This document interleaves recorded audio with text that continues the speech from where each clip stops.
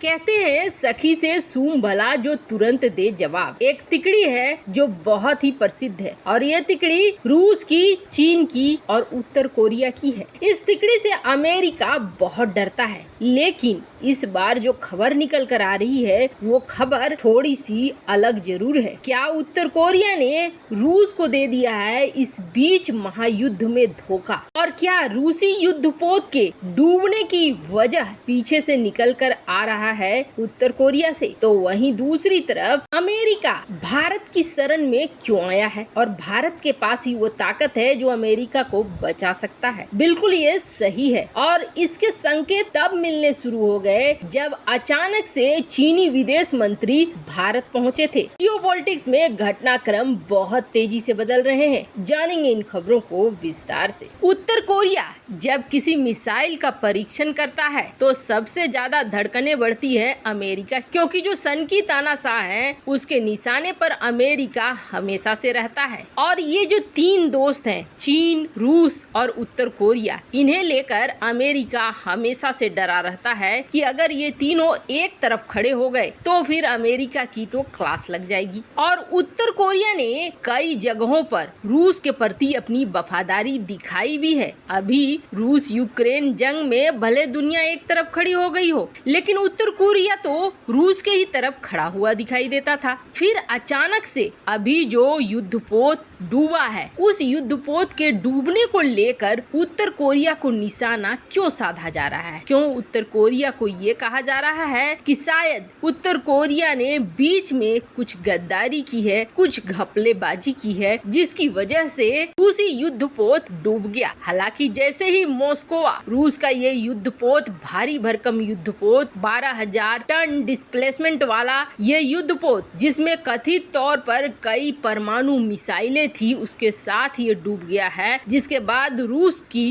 के गुस्से का पारा चढ़ गया और रूस ने ताबड़तोड़ एयर स्ट्राइक किए। जो बेस थे, जो मिलिट्री बेस थे और जो स्टोरेज था नेपच्यून मिसाइलों का, उस पर नेपच्यून मिसाइलों के स्टोरेज को कथित तौर पर रूस ने तबाह कर दिया कि भविष्य में इस तरीके से न हो सके, भविष्य में किसी एंटीशिप मिसाइल का इस्तेमाल नहीं कर सके यूक्रेन, खास तौर पर रूस के खिलाफ, क्योंकि रूस ने ब्लैक सी में बहुत सारे युद्धपोत तैयार करके रखे हुए हैं ताकि यहाँ से यूक्रेन के ऊपर हमला करना आसान हो जाएगा। लेकिन कुछ ऐसी रिपोर्टें आ रही हैं और ये रिपोर्टें चौंकाने वाली है। यूक्रेन ने नेपच्यून मिसाइलों से हमला किया रूसी युद्धपोत पर, लेकिन ये नेपच्यून मिसाइलें कैसे मिली यूक्रेन को? कहा यह गया कि यूक्रेन ने इन नेपच्यून मिसाइलों को खुद ही बनाया है। जो रिपोर्ट निकल कर आ रही है वो रिपोर्ट ये कह रही है कि नेपच्यून मिसाइल को बनाने की टेक्नोलॉजी कहाँ से मिली। अब आप देखेंगे जो रिपोर्ट कह रही है वो ये कह रही है कि 2014 में उत्तर कोरिया एक एंटीशिप मिसाइल का परीक्षण करता है और इसी एंटीशिप मिसाइल की टेक्नोलॉजी को लेकर ये बात कही जाती है कि उत्तर कोरिया को जो ये एंटीशिप मिसाइलें मिली हैं, इसकी टेक्नोलॉजी मिली है रूस की तरफ से। हालांकि रूस ने इस बात को कभी माना नहीं है, पर ठीक उसके एक साल बाद 2015 में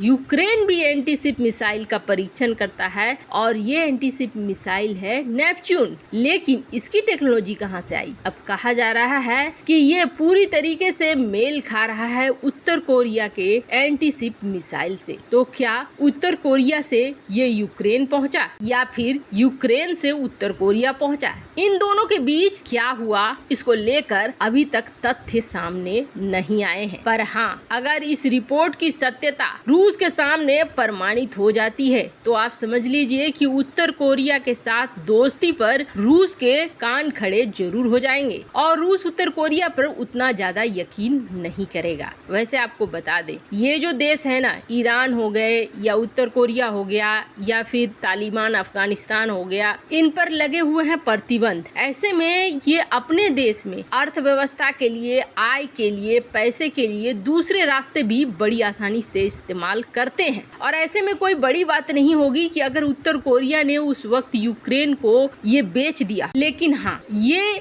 2014 की घटना है जब क्रीमिया पर कब्जा कर लिया था रूस ने। ऐसे में रूस और यूक्रेन के बीच तनावपूर्ण संबंध थे और 2014 के बाद अगर इस तरह की टेक्नोलॉजी पहुंची है यूक्रेन के पास उत्तर कोरिया के जरिए, तो ये सोचने का विषय जरूर होगा रूस के लिए कि रूस किसे अपना सही दोस्त माने और किसे नहीं माने। खैर, जहां एक तरफ ये सब कुछ चल रहा है तो वहीं दूसरी तरफ अमेरिका को नाको चने चबवा दिया है अब दुनिया के कुछ देशों ने। अब वही हाल कर दिया है जो हाल एक समय ब्रिटेन का कर दिया था। दरअसल ब्रिटेन वो देश रहा है जिसका दुनिया भर में राज रहा है। कहा जाता था कि ब्रिटेन के राज में सूरज अस्त नहीं होता है, अगर एक जगह डूबता है तो दूसरी जगह उगता है, यानी ब्रिटेन के राज्य में कहीं न कहीं सूरज जरूर उगा हुआ ही रहता है। इतना बड़ा साम्राज्य था और जितना बड़ा ब्रिटेन का साम्राज्य था उतना ही बड़ा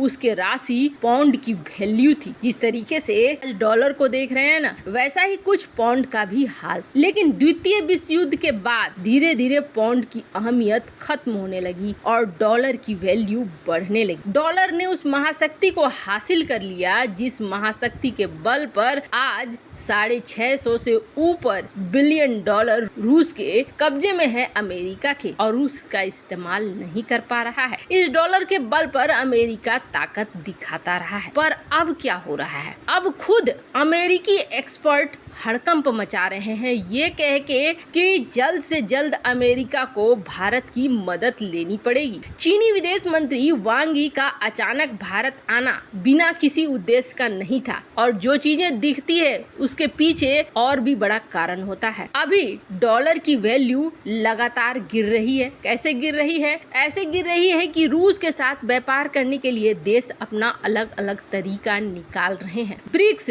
जहां पर उनके पुराने बैंक के सिस्टम का इस्तेमाल की भी बात चल रही है। इन सब में हो क्या रहा है? इन सब में हो ये रहा है कि अमेरिका के डॉलर को छोड़कर किसी और मुद्रा में व्यापार करने के लिए देश आगे बढ़ चुके हैं। भारत रूपी रूबल में व्यापार करने को आगे बढ़ चुका है तो चीन युआन में व्यापार करने को आगे बढ़ चुका है और ब्रिक्स के इस बैंक का इस्तेमाल करके रुपए, रूबल और युआन इन तीनों में व्यापार की बात चल रही है। तो वहीं अलग युआन को लेकर चीन अफ्रीका के देशों को और कई देशों को प्रमोट कर रहा है कि आप युआन का इस्तेमाल शुरू कर दीजिए। अब इससे क्या होगा? एक बड़ा चैलेंज जा रहा है सीधे सीधे डॉलर को चीन के जरिए। भारत भी चैलेंज दे रहा है लेकिन भारत का अभी उतना बड़ा क्षेत्र नहीं हुआ है जितना बड़ा क्षेत्र BRI के कारण चीन ने बना लिया है। अब तो बहुत ऐसे देश होंगे जहां BRI की वजह से चीनी युआन को प्रमोट करना चीन के लिए आसान हो जाएगा। इन सब में अमेरिका अब भारत के पास बार बार आ रहा है और वो कह रहा है कि आप रूपी रूबल ये सब नहीं कीजिए और डॉलर की वैल्यू को बरकरार रखिए। और भारत इतनी बड़ी आबादी वाला लोकतांत्रिक देश है जो स्थितियों को बदलने में काफी पूर्ण है। वैसे आपको क्या लगता है? क्या हमें अपने करेंसी पर जोर देना चाहिए? लाख अमेरिका जो भी कहे, कमेंट कर अपनी राय जरूर बताएं। जल्द मिलते हैं अगले वीडियो में नई खबर के साथ।